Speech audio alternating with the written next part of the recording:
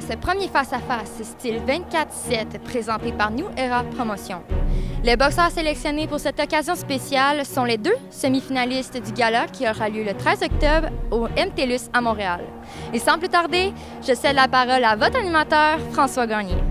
Messieurs, afin de mieux vous connaître, écoutez, c'est le moment de vous vendre. On vous laisse la table.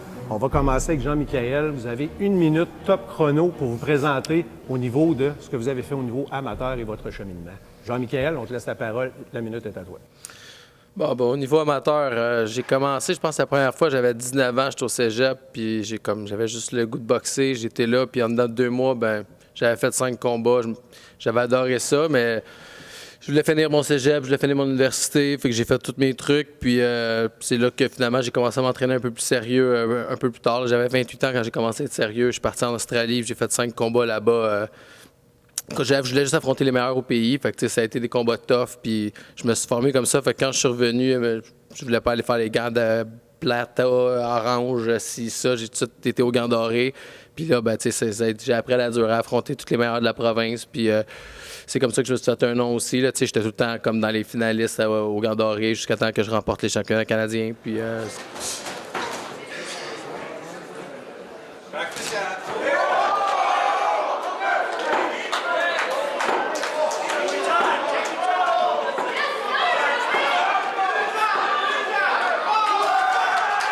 ça m'a fait une belle carrière amateur d'une 50aine de combats, puis une dizaine de combats à l'étranger, pas déclarés, c'est des papiers. C'est bon.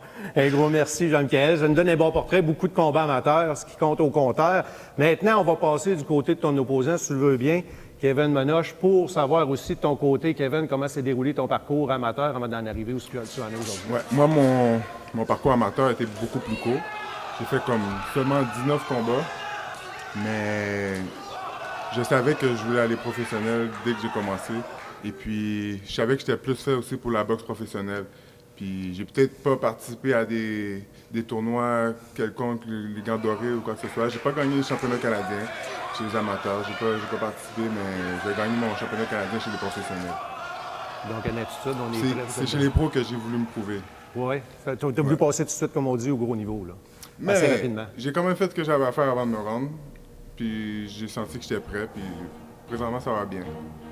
Puis on est prêt pour les autres défis qui nous attendent. Jean-Michael, de ton côté, ta fiche, on parle de 7 victoires, 3 nuls, une seule défaite, un boxeur gaucher qui est reconnu à tes débuts pour avoir, comme on dit, une bonne claque de la gauche. Mais dans la conférence de presse qu'il y a eu pour présenter l'événement, Yann a souvent fait allusion à la force de frappe de notre ami qui est ici à notre droite, Kevin. Au 160. Moi, j'essayais de convaincre Kevin de descendre à 154 livres.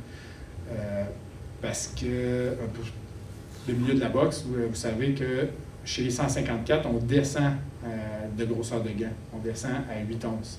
Fait que, moi, j'ai tout le temps dit, avec la force de frappe que tu as, on va descendre à 8 onces, ça va être encore plus dangereux. Mais je pense... une bonne mâchoire, puis une bonne claque. D'après toi, ça va aller à la limite, puis de 2 personnes étaient capables. Ils font mal, mais ils tombent pas avec ta barouette. Toi, tu vas-tu l'arrêter ou c'est lui qui va t'arrêter?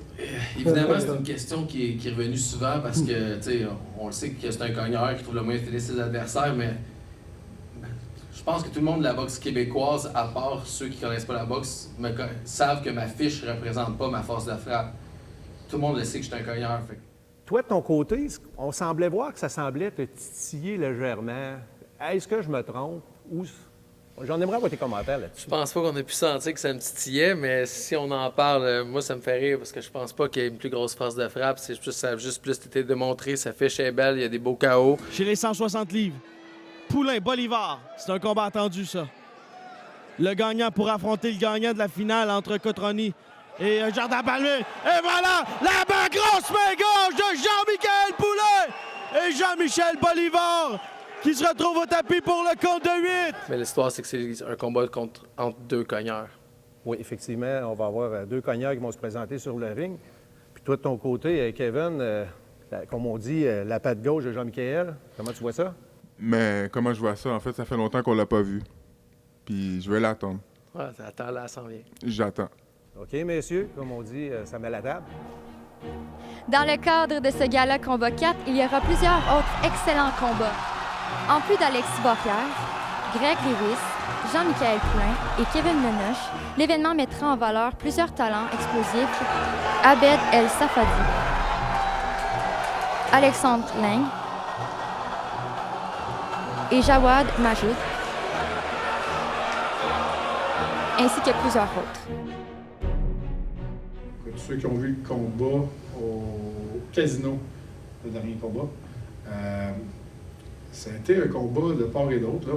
Moi, je donnais la victoire à Jean-Michel, mais les juges voyaient ça plus serré un peu. Bref, l'arbitre avait fait un call, tout ça. Mais ça avait été sanglant. Là. Ça a pris plusieurs serviettes dans ce combat-là.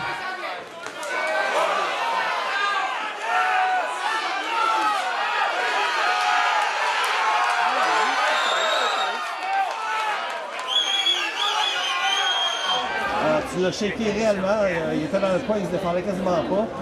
Et je suis d'accord avec toi, on a jasé tantôt, ça aurait été très légitime d'avoir un compte de 8, tu ne l'as pas eu. Et puis, c'est le point qui t'a manqué pour remporter le combat finalement. Ouais, ben, tu sais, j'avais déjà un plan de match pour les 30 dernières secondes, ouvrir la machine avec des bombes. Puis finalement, il a été ébranlé bien avant. Puis tu sais, j'ai continué avec des coups de poing. Il s'est accroché à moi, mais il est tombé d'épuisement parce qu'il était ébranlé. J'ai refrappé 2-3 fois, il a été shaké. J'étais sûr que j'allais le finir. Mais je comprends même pas que, même si l'arbitre n'aurait pas compté, les juges auraient dû donner 18 parce qu'il est tombé, il a été ébranlé 2 fois et les jambes, il a perdu ses jambes 2 fois. Ça y prenait tout pour rester debout. Un 18 aurait fait toute la différence entre une nulle. Puis je comprends pas le juge qui a pu le donner en avance à lui. C'est assez spectaculaire, mais regarde, je me pose pas de questions. Moi, j'étais encore en forme, j'ai juste hâte de recommencer.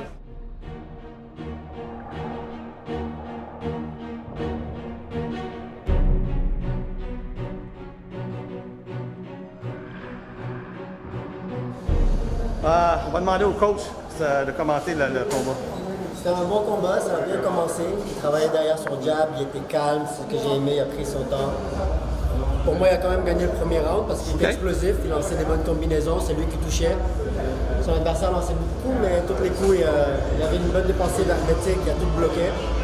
Deuxième round, ça a moins commencé parce que je voyais qu'il attendait pour le knockout, il cherchait la grosse shot, il travaillait moins derrière son jab. Mais je lui dis lance un uppercut parce qu'il se penche tout le temps son adversaire. Lance un uppercut, lance un crochet de gauche. Je l'ai bien entendu. OK, parce qu'on a déjà jasé ensemble, Kevin ici.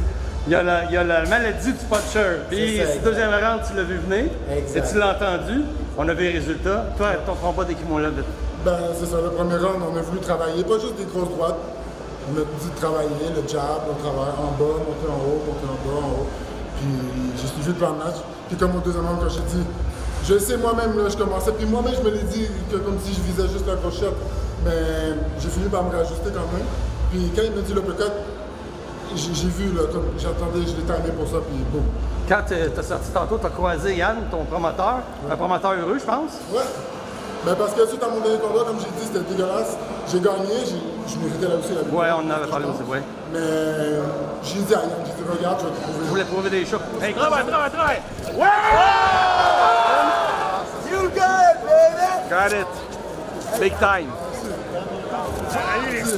La production est meilleure. J'espère que vous avez sorti quoi, je suis beau, là? Il était écœurant, mon chum. Merci. Parfait. Aussi beau que ta coupe de cheveux. C'est pas d'eau. Je voyais que mon adversaire, il voyait que j'étais fatigué. Fait qu'en allant dans les cadres, comme ça ici, j'ai joué la carte encore du gars encore plus fatigué que je l'étais vraiment. T'étais collé sur ton adversaire, on le voit, là. Je le voyais, lui, il avait plus aucune crainte parce qu'il voyait que j'étais comme fatigué. Fait que là, j'attendais juste qu'il lance, puis je voyais qu'il n'y avait plus de crainte, puis il n'y avait plus de garde. Fait que tout ce que je me disais, aussitôt qu'il va lancer ici. OK. Mais j'ai été mort un peu ici pour y attirer l'attention. OK. Fait que j'étais arrivé ici, ça l'a touché, j'ai attiré l'attention ici, puis boum! Puis là, il est arrivé ce qui est arrivé, là, la tête il a tourné. Ben, direct, je pense que c'est carrément du côté de la mâchoire. Tu ne vas pas le poignet plus solide que ça. Ouais, effectivement. Kevin, en marge du combat, ton entraînement semble bien se dérouler. Ça fait déjà quelques temps que tu es à l'entraînement. Vous avez commencé quand, au juste? Ben, ça doit déjà faire 2 mois parce que je pense que la première date, c'était le 23 septembre. Fait que, automatiquement, moi, j'étais déjà prêt pour le 23 septembre. Ça nous donne 3 semaines de plus. Fait qu'on a juste continué à monter puis pousser pour être encore 3 semaines de plus en forme. Puis au niveau de ton entraînement, tu t'entraînes présentement avec quel Ben, entraîneur? mon entraîneur, c'est Moulatif, qui est excellent, il m'apporte beaucoup de confiance aussi dans ma boxe, dans ce que je fais. Puis c'est la clé vraiment de mon succès en ce moment, je pense. Moi, ce que je veux filmer un peu, le monde connaisse moins ça. Là. Donc, je parle d'un sparring technique. Ça consiste en quoi? Bah, pas swinguer, pas de power shot. Travaille juste la technique. On essaie de toucher un peu plus l'adversaire qu'essayer de le faire mal. Là.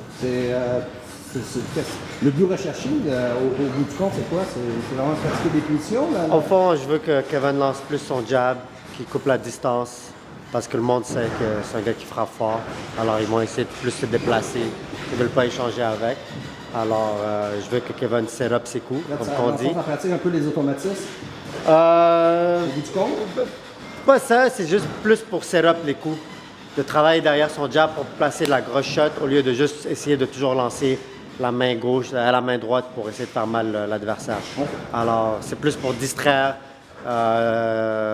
mesurer la distance, créer des ouvertures. Il y a Maz aussi qui nous entoure, qu'on va mettre les gants souvent avec lui. Tes partenaires d'entraînement au niveau du sparring? Ouais, Maz Lum aussi, on va mettre souvent les gants ensemble. Il va y avoir d'autres aussi gauchers. On s'entraîne avec des gauchers. Oui, tu trouves un gaucher pour ton opposant, comme on dit. Oui, fait qu'on a tout pour être prêt, puis on a vraiment poussé la machine pour faire des rounds de plus. Puis il n'y a pas de question de gaz-out le 13 octobre. Là. On va être prêt pour y aller à full pin. Parfait. Je pense aussi, on a écho que ça va très, très bien, mais j'aimerais que tu nous en parles. Ouais, ça va très bien. On s'est ajusté avec le 3 semaines de plus, là, comme Kevin a parlé, là, là, le combat était supposé être prévu au début le 23 septembre, donc on a pu avoir un peu de temps pour piquer. Là, on est présentement dans le pic du camp d'entraînement présentement. On a une multitude de partenaires pour pouvoir se préparer à toute éventualité, là, tous les coups qui peuvent venir de tout part, tout côté. Éventuellement, on travaille plus avec des grands droitiers, mais on a eu la chance de travailler avec l'équipe nationale, Junior Pretang, Steve Rose qui était à Montréal. À mon gym, j'ai comme plusieurs bons droitiers qui ont pu travailler avec moi. Là. Donc, avec toi? Toutes les luttes à Montréal, dans le fond, ce que j'ai pu travailler, avoir des gens différents, parce que quand tu travailles avec les mêmes personnes, tu tombes un peu, tu t'endors un peu sur les patterns, puis ça devient plus à l'aise d'éviter les mêmes droites et tout. Donc, en travaillant avec des joueurs différents, ben, ça nous permet d'être plus alerte et d'être plus prêt pour ce combat-là. Puis au niveau de ton équipe d'entraînement, l'entraîneur, on parle? Mon coach, c'est Jesse Ross Thompson. Parfait. C'est bon. Hein? Mais j'ai une bonne équipe aussi autour de moi. Là, j'ai Kenny Chéri qui est comme un ami, un aide qui agit à coach, partenaire d'entraînement. Il mange des claques à la gueule pour m'aider. C'est un bon chum. Quand on entend parler au niveau de la boxe, tout ça, dans le domaine, c'est que, puis aussi on le voit avec l'affiche qui est annoncée, c'est que tu es un petit peu considéré comme l'outsider, si on veut. Toi, Jean-Michel, tu es local, tu es de Montréal. Comment tu ressens ça, toi, comme boxeur de Montréal, qui est considéré comme l'outsider dans ce défi-là? Je sais pas, on dirait que c'est la deuxième fois que ça m'arrive, là, que j'ai comme une guerre locale où les gens peuvent penser que je suis pas le favori. C'est un feeling spécial. J'ai comme je trouve ça drôle de pouvoir comme être du côté droit de cette affiche-là, d'être comme un opponent. Dans ma tête, c'est moi le héros local. Puis j'aurais aimé me battre contre Francis Lafrenière juste pour le nom de People's Champ parce que c'est le même que je me sens dedans. Yann doit avoir des bons souvenirs la finale que j'avais faite avec Bolivar où les fans ils essayaient d'enterrer les fans de l'autre. C'était. C'est parti! Et là, c'est la guerre entre les partisans de Jean-Michel et Jean-Michel, les batteurs des GM. Puis Jean-Michel, Jean-Michel en même temps, c'était mélangeant parfois, mais ça criait fort, puis il y avait une super ambiance. Puis là, d'avoir un titre canadien à Montréal entre deux Québécois, je pense que le public va se déplacer, puis vont apprécier le spectacle. Ouais, puis, en fait, je m'en sers comme motivation. C'est juste quelque chose qui me drive le plus encore à m'entraîner, mais je veux dire. C'est un adversaire, il y a une bonne fiche, mais ça ne change rien. Là, ça va être une victoire, c'est tout. Puis toi, de ton côté, Kevin, dans cette soirée-là, comment tu te sens par rapport à le fait d'être comme, si on veut, un favori local au niveau de la promotion de l'événement? Mais moi, personnellement, j'en ai rien à faire, là, que je sois de n'importe quel côté. Là. Le combat, ça va se passer dans le ring, puis la guerre, c'est dans le ring, c'est tout. Peu importe de quel côté que je suis, on est un contre un, puis peu importe la foule, ça va être un contre un dans le ring, puis c'est tout. C'est comme ça. Puis moi aussi, je crois que c'est moi qui ai la victoire, par contre. Puis vous, au niveau de votre carrière, vous vous êtes jamais affronté. Non. Mais vous êtes visionné, vous êtes vu, vous êtes... Ah, puis on s'est croisés quelques fois, on a Ouais. eu des échanges. C'est bon. On s'est Fait que pas ça va. battu. Non, pas Pas des, mais ça pas s'en- des échanges de jab direct, là. Et non, il n'y avait pas de paye. Mais ça va venir. Puis écoutez, les gars, comme on dit, c'est le fun de vous avoir puis de voir que les deux sont prêts pour ce grand combat-là. Ça fait plaisir d'être ici. Donc, on va assister aujourd'hui au premier face-à-face dans le cadre de ce 24-7 pour mettre la table pour ce championnat canadien. Messieurs, le moment est venu.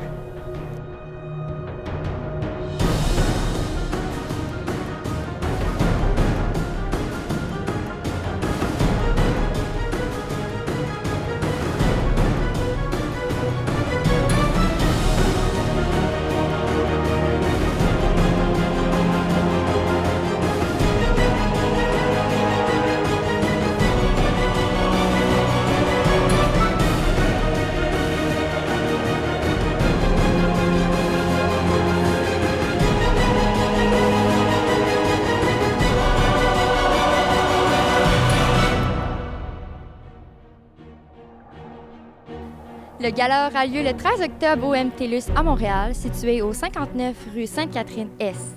Les billets sont encore en vente sur Ticketmaster. François, un mot de la fin? Oui, merci beaucoup, Kim.